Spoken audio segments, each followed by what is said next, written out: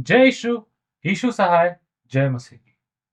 मैं यीशु मसीह के नाम से आपका स्वागत करता हूँ इस बाइबल की श्रृंखला में, जहाँ हम कुछ कुछ टॉपिक्स को कवर करते हैं। हमारा उद्देश्य रहता है कि हम आपको कुछ ऐसी बातें बताएं जिससे आप परमेश्वर में और उन्नत और मजबूत विश्वास में और मजबूत होते चले जाएं। आज का जो विषय है वो है परमेश्वर में खरा चरित्र। परमेश्वर कैसे आपके चरित्र को निखारता है, मजबूत करता है, और क्या-क्या बातें आपको उस खरापन से, उस नमकीनेपन से दूर कर सकती है। अगर मैं आपसे कहूँ कि आप परमेश्वर की इच्छा को इस पृथ्वी पर पूरा होते हुए देखना चाहते हैं, आप परमेश्वर से बहुत प्रेम करते हैं, आप आज्ञाओं का पालन करना चाहते हैं, लेकिन आप करते भी हैं।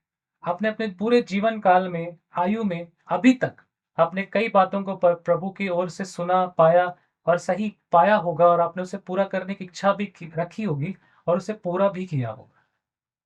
लेकिन आज का जो विषय है वो थोड़ा अलग है कि कैसे कुछ बातें हम नजरअंदाज कर देते हैं। कुछ बातें जो हमारे आस-पास हो रही होती है और हम उससे उसी से दूर हो जाते हैं, प्रभु से दूर हो जाते हैं।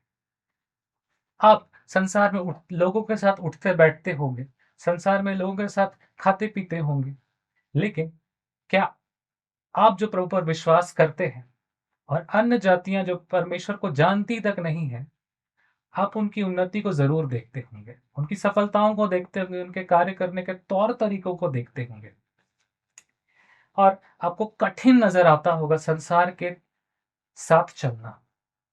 क्योंकि मैं आपको आश्वासन देना चाहता हूँ कि आपने विश्वास के हथियार उठा लिए हैं, लेकिन उन्होंने विश्वास के हथियार पहले ही रख दिए हैं। उन्होंने संसार से हार मान ली है, और आप पक्ष में नहीं है संसार के, आप विपक्ष में हैं। आप प्रभु की ओर से आते हैं, और एक विश्वासी को उसका चाल-चलन ही बताता है कि वो प्रभु की ओर से है कि नहीं। उसकी बातों से पता चलता है कि वो प्रभु की ओर से है कि नहीं। और संसार इस बात को पसंद नहीं करता। लोग इस बात को पसंद नहीं करते। आपको संसार के लोगों के साथ उठना-बैठना काफ़ी कठिन नज़र आता होगा। और कई बार विश्वासी इस बात से समझौता कर लेते हैं। लेकिन मुझे ऐसी आशा विश्वास है कि आप जब इन बातों को सुन रहे हैं, तो आप समझौता करना नहीं पसंद करते होंगे। मिलावट की बातों से आप अपने आप को दूर रखना पसंद करते होंगे। लेकिन ये कई बार आकर्षण को लेकर आता है। संसार का आकर्षण, उसका प्रलोभन बहुत तेज़ रहता है। शरीर की आवाज़ बहुत ऊँची रहती है आत्मा की आवाज़ से। पवित्र आत्मा तो फुसफुसाता है। लेकिन हम यहाँ पर देखेंगे कि कैसे विश्वासी विश्वास में डगमगा सकता है, अस्थिर हो सकता है। हम निकाल लेंगे वचन 16 उसका अध्याय 33। अध्याय 16 पद संख्या 33। यूहन्ना, मैंने ये बातें तुमसे इसलिए कही हैं कि तुम्हें मुझ में शांति मिले। संसार में तुम्हें क्लेश होता है, परंतु ढाढ़स बांधो, मैंने संसार को जीत लिया है। कितनी ही अच्छी बात इस वचन में लिखी गई है, जो हमें इतना आश्वासन देती है कि तुम्हें संसार में क्लेश होता है, पर मैंने इसे जीत लिया है। उचित है कि हम परखे जाएं, और ये सब बातें प्रभु हमारे जीवन में कई बार आने भी देता है। कई बार ये प्रलोभन के रूप में आती है, कई बार चिंता के रूप में आती है, कई बार परिस्थितियाँ हमारे विपरीत ऐसी नज़र आती है जिससे बाहर निकलना मुमकिन नज़र नहीं आता, और हम विवश हो जाते हैं कि हम अपने घुटनों पर आ जाएँ, हम प्रार्थना करने लगें। क्योंकि प्रभु हमें परखना जानता और चाहता है। प्रभु हमें परखना जानता भी है और चाहता भी है। वो हमको हमसे बेहतर जानता है। अगर मैं इसे स्पष्ट रूप से रखूं कि वो हमको, मुझे, मुझसे बेहतर जानता है। वो आपको आपसे बेहतर जानता है। आपकी कमियों को वो प्रभु बहुत अच्छे से जानता है। हम और एक वचन से देखेंगे, याकूब उसका 1:2 से 4।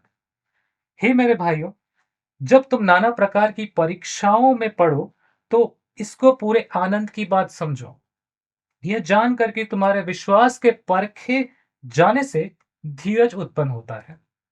पर धीरज को अपना पूरा कार्य करने दो, कि तुम पूरे और सिद्ध हो जाओ, और तुम में किसी बात की घटी ना रहे। आखिर का उद्देश्य जो परमेश्वर पिता का है, यीशु मसीह का है, पवित्र आत्मा परमेश्वर का है कि अब आखिर में सिद्ध हो जाए। और प्रभु ये कहता भी है आपसे, पर्सनली आपसे कहता है, व्यक्तिगत रूप से आपको ये कहता है कि मेरे मध्य चल फिर और सिद्ध होता चला जा। मेरे मध्य चल फिर और सिद्ध होता चला जा। इसीलिए उन परिस्थितियों का आना अनिवार्य है, ज़रूरी है कि आप उस उथल-पुथल के जीवन में, उस उतार-चढ़ाव से गुज़रे। परमेश्वर पिता को परखना और परखे हुए लोग पसंद है। एक कुम्हार जब अपने बर्तन बनाता है, वो एक कुम्हार के रूप में अपने पिता को देखता हूँ, पिता परमेश्वर को देखता हूँ कि वह कुम्हार है और मैं वो बर्तन हूँ, मिट्टी का बर्तन हूँ जिसे उसने बनाया है और मैंने अपने गलतियों से उसका रूप और आकार खराब कर दिया है। उसमें छेद पाए जाते हैं, उसमें क्रैक्स पाए जाते हैं, वो टूटा हुआ कुरूप सा आकार में है।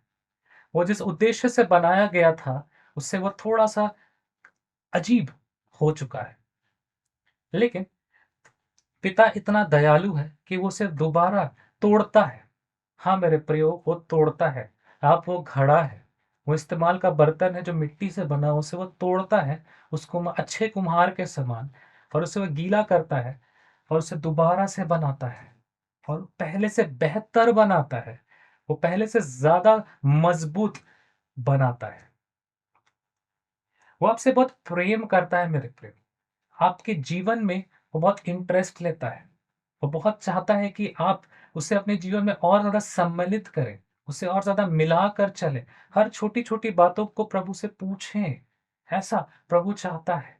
आपकी छोटी-छोटी बातों में प्रभु सम्मिलित होना चाहता है। आपसे इतना मेल-जोल के साथ रहना चाहता है। अगर आप ये बात कह सकते हैं विश्वास से कि आपने ये बात सुनी होगी और आपने ये बात कई बार अंगीकार भी की होगी कि आपकी निगाहें मुझ पर बनी रहती है और वचन में कई बार दफ़ा लिखा भी है। लेकिन अब आप कह सकते हैं कि मेरी निगाहें भी आप पर बनी रहती हैं। परमेश्वर सच में बहुत प्रेम करता है, बहुत दयालु है। आप विश्वास के किसी भी पायदान में पाए जा रहे हो, आप विश्वास की अगर उसे मैं सीढ़ी के रूप में देखूँ, आप किसी भी पायदान पर हो, चाहे वो आप किसी भी तल्ले पर हो या ऊपर काफ़ी अपने आप को देखते हो, लेकिन प्रलोभन का आना अनिवार्य है।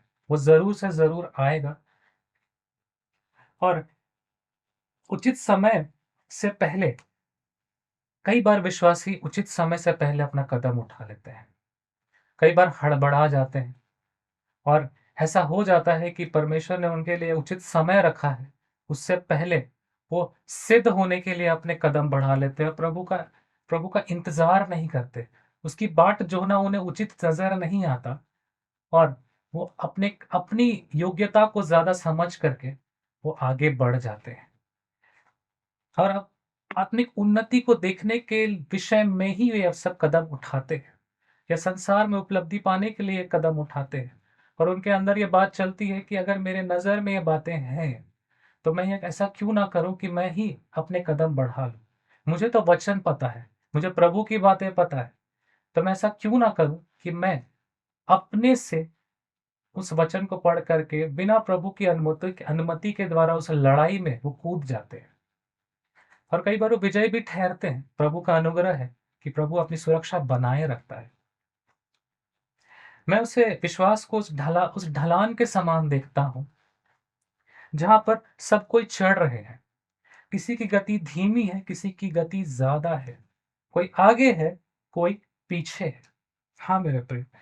और कई बार वो तुलनात्मक स्वभाव को लेकर आता है, लेकिन प्रभु का आत्मा हमें समझाता है और बताता है, हमें आश्वासन भी देता है उस विषय में और हमें तुलना तुलना करने से पहले भी बचा लेता है, वरन हम परमेश्वर की आवाज़ को सुनें।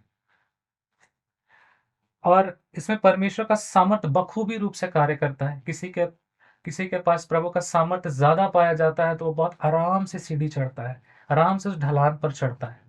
लेकिन किसी पर प्रभु का सामर्थ्य अनुग्रह कम रहता है, तो वो धीरे-धीरे अपना गति बढ़ाता है। लेकिन प्रभु उसके एफर्ट्स को, उसके बल को देखता है, उसकी रुझान को देखता है कि उसने मुझसे मुँह नहीं फेरा है। एक विश्वासी वैसा होता है, उस चरित्र का होता है। ये बहुत ही गहरी बात मैं आपको बता रहा हूँ। वचन कहता है धैर्य को अपना पूरा कार्य करने दो। कई बार हम अपने चरित्र को बहुत ऊंचा दर्जा देते हैं और इमेज जो का धार्मिकता को लेकर उसका पहनावा बहुत अच्छा लगता है। धार्मिकता का अर्थ है प्रभु के साथ तालमेल बनाकर चलना। बहुत पसंद आता है, विश्वासियों को ऐसा करना भी चाहिए। उन्हें धार्मिक बातों को सुनना पसंद आता है, चाहे वो चर्च में हो, चाहे कन्वेंशंस में हो, चाहे मैं अभी आपको बता रहा हूँ। लेकिन वो इन बातों को खुद की महिमा के लिए भी बटोरते हैं। कई बार वो विश्वासी का इमेज परमेश्वर बनाता है। इस बात को आप ज़रूर से ध्यान रखिए कि अपने कदम को परमेश्वर से पूछकर बढ़ाने की ज़रूर से प्रश्न अपने अंदर रखिए कि प्रभु क्या ये आपकी ओर से है कि मैं ऐसा करूँ? ये बहुत ही भला है और सिद्ध होने के लिए बहुत अनिवार्य है।